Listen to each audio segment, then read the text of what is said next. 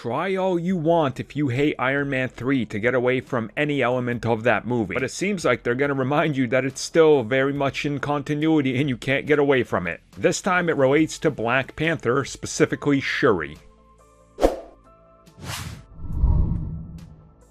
So that Wakanda Files book, huh? We're getting more details from it. More info on things that are, happening behind the scenes that we don't really see on the big screen, that we're not really privy to getting all the details because, let's be real, movies only have so much time. Anyways, when it comes to some of the things that happen in Iron Man 3, there's certainly a lot of questions that fans had after that movie finished. What happens with Extremis? What happens with AIM? Are we ever going to see anything?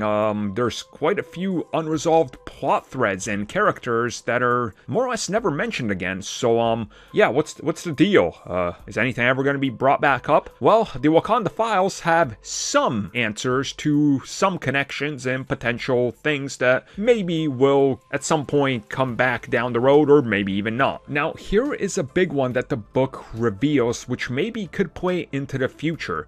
Shuri has actually acquired the plant and essentially is trying to make her own version of Extremis by using elements of vibranium and Wakandan tech to try to stabilize. And then it goes on and confirms that Shuri is very interested into all the work that Dr. Maya Henson was working on when it comes to Extremis, and she believes that it has potential for something great. Now, it's interesting that it mentions the whole idea of the Extremis and the whole plant and how it was a herb and everything that they were growing. Because if you look at Black Panther, there seems to be a lack of, the proper plants that you're gonna need to get a new Black Panther.